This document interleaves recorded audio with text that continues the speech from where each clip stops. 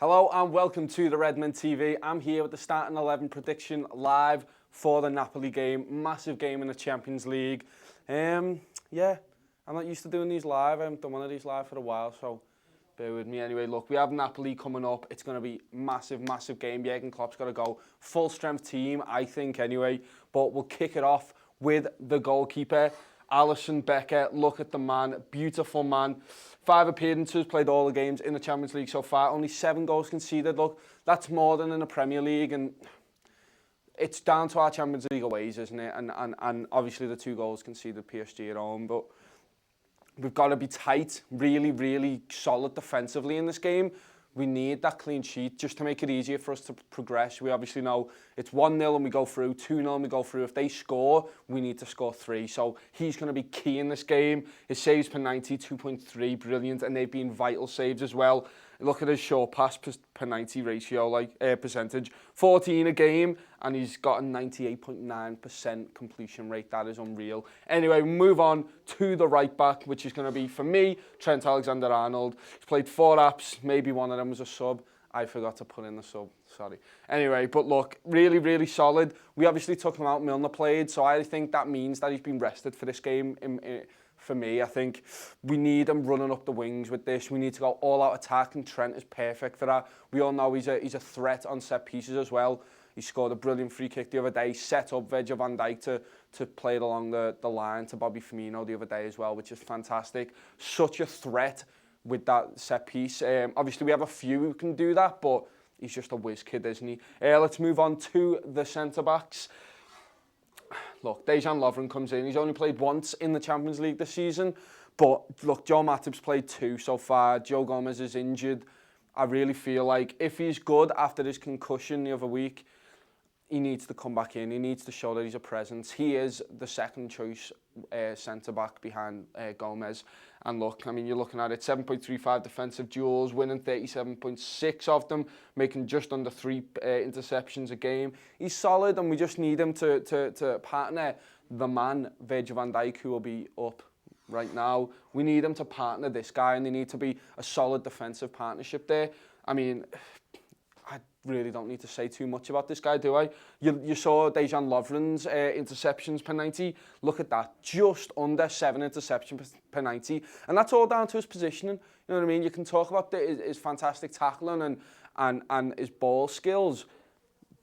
His defensive work is unreal because he's in the right positions. He knows where the ball is going to go. And that stat there proves exactly that. Winning half of his aerial duels every time, just under half of his defensive duels every time.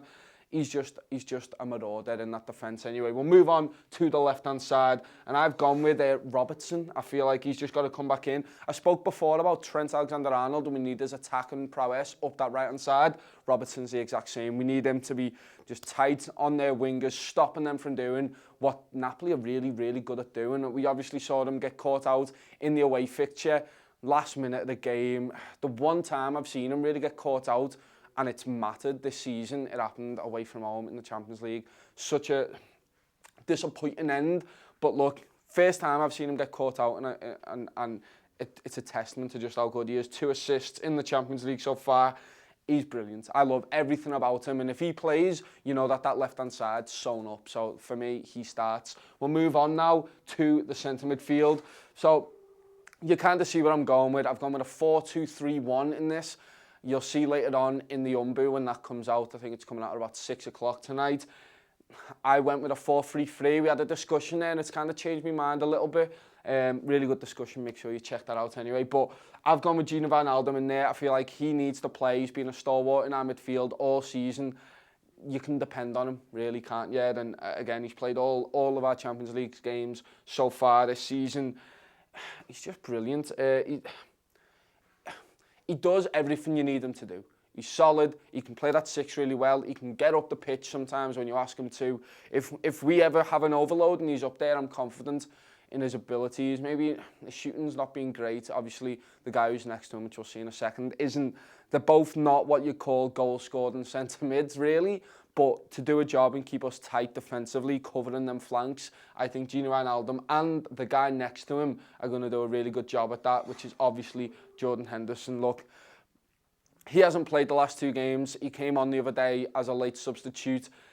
against Bournemouth, and I think he just got to the level we needed him to get to straight away. He was in there, he played a really, really lovely outside of the foot pass to the right-hand side. And yeah, okay, you could say maybe Bournemouth were tired and then they didn't care about the game anymore, but he played really well in there. He got in, got stuck in, showed us that, look, he's going to fight for his position a little bit, and we need to use him. As much as you can say, oh, I want Firmino in there and I want all these other players in there, fair enough, because they're fantastic players, but we need to use our squad to the full extent of its ability. Look, we've got Napoli now, we've got United coming up. We need to win both of these games. Why not use all your squad? We can't be blaming a loss against United on, oh, well, we've tired everyone out because we haven't used them. Henderson's a good enough player in there for me. He will do a job. Yeah, so we'll move on anyway. In the centre of the three, I've gone with Bobby Firmino. His passing of late has been so much better, so much crisper. He's been more confident on the ball. He's still beating players for fun like he always has done, but it was that little pass, the final third pass that we were always missing with him. We saw the other day, Salah was on fire. But that's because Bobby Firmino, in part, was getting the ball down and playing it to him early, was playing off him, linking it up. And when them two play really well, you can't stop us usually. Like he's fantastic. Obviously 2 goals in the Champions League. He's winning over half of his offensive duels in the Champions League this season. Think of who we've played against: Napoli, PSG and Red Star. They've been tough games. For him to win over half of them, and he's making nearly 9, you know what I mean? That is unbelievable for me. In that centre attacking mid position, I think he's going to be fantastic. Getting the ball down, interchanging with Mo Salah as he drops in deep, real threat. So we'll move on to the left-hand side, or is it the right wing? Left wing, yeah. So Sadio Mane is going to play there. Look, he's back in the squad again. I know he's had that cut on his foot, but we just don't have that replacement for him, do we? We need him to be on that left-hand side. If we're going to go full strength, Sadio Mane is part of that full-strength team. Again, he's played every single one of the Champions League games so far. 1 goal. Again, he's even better than Bobby Firmino with his offensive duels, which is madness. He's making just over 15 offensive duels per 90, and he's winning just under 60% of them. That is unreal. That means that every time he comes up against someone, he usually beats them. Again, in the Champions League, that is not an easy feat. Fantastic. He's averaging just under, I don't know maths, but he's making a load of shots anyway. But we'll move on now to the striker, who is, as you will have guessed, Mo Salah. 5 appearances, 2 goals. Oh, what a man. He's back in form, isn't he? You saw him get his hat-trick the other day. He used to batter people last season, him alone, and now that he's, all right, maybe he's not at that level again where he's just free scoring and he's free assisting, just like there's a goal, there's a goal, there's a goal, but he's getting back to them ways, and that's what we need him to do. That's the best part of Mo Salah, is him just going, I'm better than you, do something about it, stop me. And obviously, look, Napoli have some great defenders in there, don't get me wrong, and they will be a lot more defensively astute than what Bournemouth did the other day, but it's Mo Salah. We know he can beat the best in the world. We know he can score against anyone. So we need goals in this game. Mo Salah, I'm backing to get them. So we'll look at the team as a whole anyway. As I said before, I've gone with oh no. Oh, Shaqiri's on the right wing. Well, there's Shaqiri as well.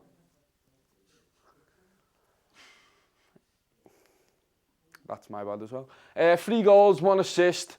Look, he's making 1.8 shots per 90, 1.84 shots per 90, and he's getting 50% of them on target. So at least 1 shot on target a game. Playing from the wing position as well, that's really good. Always a threat, always a good with the ball over the top. We spoke about Mo Salah as we were about to go into the team before. He's one of the guys who facilitates him. He drops in deep, loves that ball over the top, loves the spreaded pass to Mane or Robertson on the inside. And if he doesn't have that ball, he can do the interchange play with Bobby Firmino. Fantastic player. Now, we will actually go to the full team unless there's a mad player I've not thought about.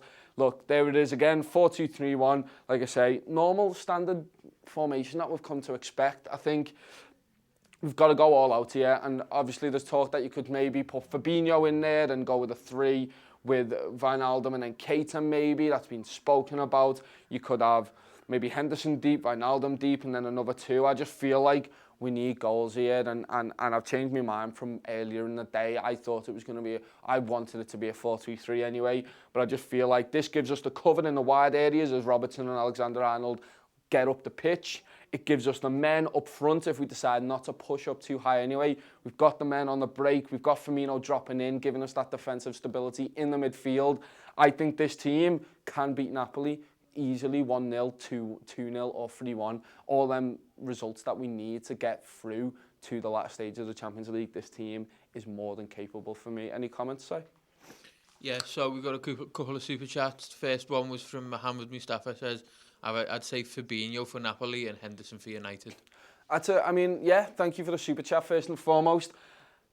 Yes, but I guess in this as well, yeah. I really like that as a midfield with Fabinho in there, to be honest. We've seen it work recently as well, and it's been really, really solid, hasn't it? I just feel like, look, Fabinho should be able to play this many games. If he plays, then fair enough, good on him. I'll be happy with his fitness. I just feel like we've brought Henderson on at the end of the game for a reason for me, just to give him some extra game time before he goes in there. And I feel like it's weird. Maybe the United one, I know they're both massive games, but you can kind of console yourself, oh, we didn't get through to the Champions League. We can't console ourselves with losing to United and then City going ahead in the league again for me. And I think we go with a Fabinho Keita midfield against United. I think Fabinho will be brilliant in there, and then we can afford to maybe have Gini in there as well next to him with Keita up top. And I'm saying all this, and I'm fine with Gini playing this amount of games. So maybe you're right. Maybe Fabinho just comes back in, and we say to Henderson, "You're the guy for the United game." So it's a good shout. Yeah, and then the other super chat we got was Samuel Hassan says, "Is your 4-2-3-1 fluid? So when we attack, it goes to a 4-2-2-2." So I think he's wondering whether Firmino is going to join Salah up front, really. Oh, I mean, definitely. I think what's going to happen is we have so many routes of attack in this, don't we? We have obviously these two can fly up the wings. That means Shaqiri and Mane can kind of take up a more central position. Firmino can drop in a bit deeper. We talked about Chris talks about a lot in the stat show about how Firmino and Salah like to cross paths, and Firmino goes up while Salah drops in and just confuses them central defenders. I think Firmino's going to be vital in this. I think it allows you to maybe Mane's had to cover a bit, but we've spread it to the right, and it allows you to have 4 players, maybe 5 if Gini's in there, to kind of run up the pitch. Firmino can take a left-hand sided role in this.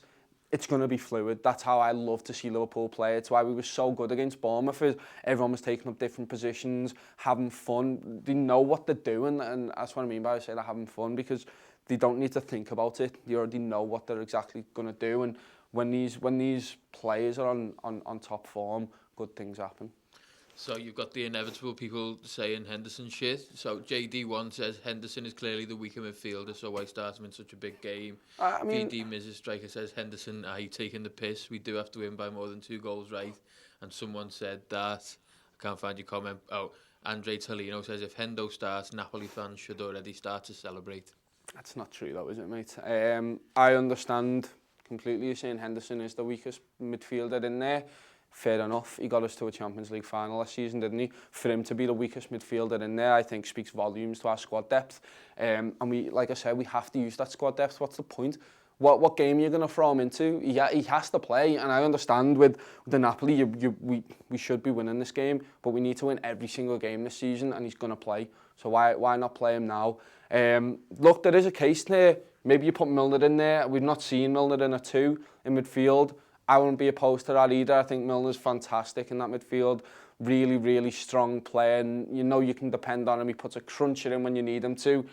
But Henderson needs to do that as well, and he needs to show that he can do it. He needs to prove people like you's wrong, and hopefully he does. And look, if he doesn't, then fair enough. You're right all along. But I just feel like he's a part of the team. Let's use him at least. That's my opinion anyway. So Adam Smith says Keita swap for Shaqiri and swap Mane to the right. Okay, so you're putting Shaqiri on there with Keita and then Mane on the right. No, I think he's saying don't play Keita instead of Shaqiri. Yeah. So play Keita left wing, Mane right wing.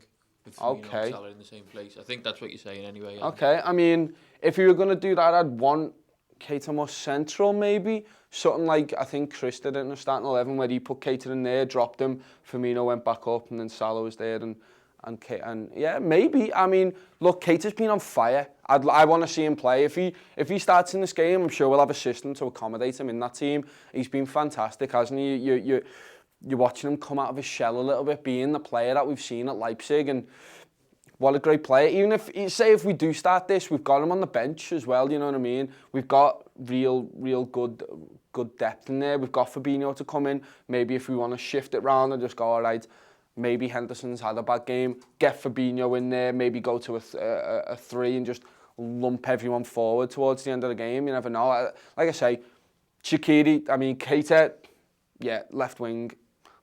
Let's see if it works. I want to see him play as many minutes, but I also kind of want to rest him a little bit and just unleash him against Man United for me. I'd love to see him just dominating that game. Owen Priestley says the fans need to be brilliant tomorrow. Atmosphere needs to be as good as the home game against City last season up the Reds. Yeah, it's got to be up there, and it should be. It's a Champions League home game to get us through to the round of 16, isn't it? I mean, it will be. That's what Anfield's made for. That's what Anfield is based on. Liverpool as a club is based on European history and showing clubs, okay, this is what we are. This is obviously the Red Star game in terms of atmosphere wasn't great. This is going to be a whole different prospect. The PSG game was fantastic. I mean, their fans were unbelievable. I think we're going to be spurred on by the Napoli fans. I think we badly missed that in a Red Star game. Just someone to bounce off of. You need someone to up your game in these kinds of cauldrons, you know what I mean? That's why the Man City game was so good, is they were giving us stick and we just went, no, this is our place, and gave it back to them and didn't stop the whole game. And yeah, like I said, Anfield's made for these games. This is where nights are made. You think about the Dortmund game, even the PSG last minute winner, that was unbelievable. Yeah, it will be up there, and hopefully if you're going to the game, no matter where you sat, if you're sat at the top of the Kenny, sing. Make sure you sing and make sure you're waving your scarves about. And that's no disrespect to when people are sat in the Kenny, but when I sit in the Kenny, people look at me and are like, why are we singing? Everyone in the stadium needs to be singing in this ground. Every single person, and I have no doubt that everyone will, because that's what we are as a fan base. One more? Interesting. Ben Archer says Sturridge performs in big games, bets on him scoring from the bench. I mean, yeah. Imagine it's 2-1, 80th minute, we need a goal. If you got on the bench, Daniel Sturridge, someone who's got a ridiculous goal-scoring record this season and goal-scoring record since he's joined Liverpool. I think, yeah, what an option to bring off the bench. I was talking about the bench before. I mean, if things are going really, really badly, do you just go, one of the midfielders, let's go, push everyone up, just go for it. And at that point, it'll be like a 4-1-5, I guess. Maybe even just with the fullbacks going up, it'll be a 2-1-7. Let's just do it. If it gets to that point in the game, then two rights. Obviously, it probably won't, because Klopp's a lot more tactically aware than I am. He wouldn't just throw 7 players up the pitch. But yeah, Daniel Sturridge to come on would be fantastic. I'd love to see him play. Obviously, this is Freeview week. There we go. There's my words. The final word went out about an hour ago, about an hour and a half ago. We're putting every single thing that we do on the website out for free on YouTube. So if you're unsure as to what we do on the website, on the back of house, which is just a £5 a month, free for the first month, then basically we're giving it all away this week for free. So obviously you've got all your Bournemouth wrap up at the final word. You're going to have all the wrap up for the Napoli game, so that's going to be the final word. Man of the match show on Acast. The stats and tactics hopefully should be getting done as well. We've got a newsroom, we've got an Around the League, which is basically talking about all the stuff around the league. Bailey and Ross did a really good show on that today. We've got the newsroom, like I spoke about, where Chris gets a journalist in. Do you know who the journalist is this week? I think it's David Maddock. David Maddock, there you go. Brilliant journalist, knows what he's on about, so Chris is going to be talking to him. Just look, a whole host of brilliant stuff, and what a week to do it, you know what I mean? And then obviously after this game we'll be building up all the way to United, and let's focus on this game first, and like I say, leave us all your thoughts on the team in the comments below. I want to know your thoughts. Obviously you've heard mine, you've heard some of the people's in the comments that we've responded to, but it's not about my thoughts, it's about your thoughts as well. Everyone put your thoughts in the comments, give this video a like, and yeah, we'll see you for all the post-match stuff later.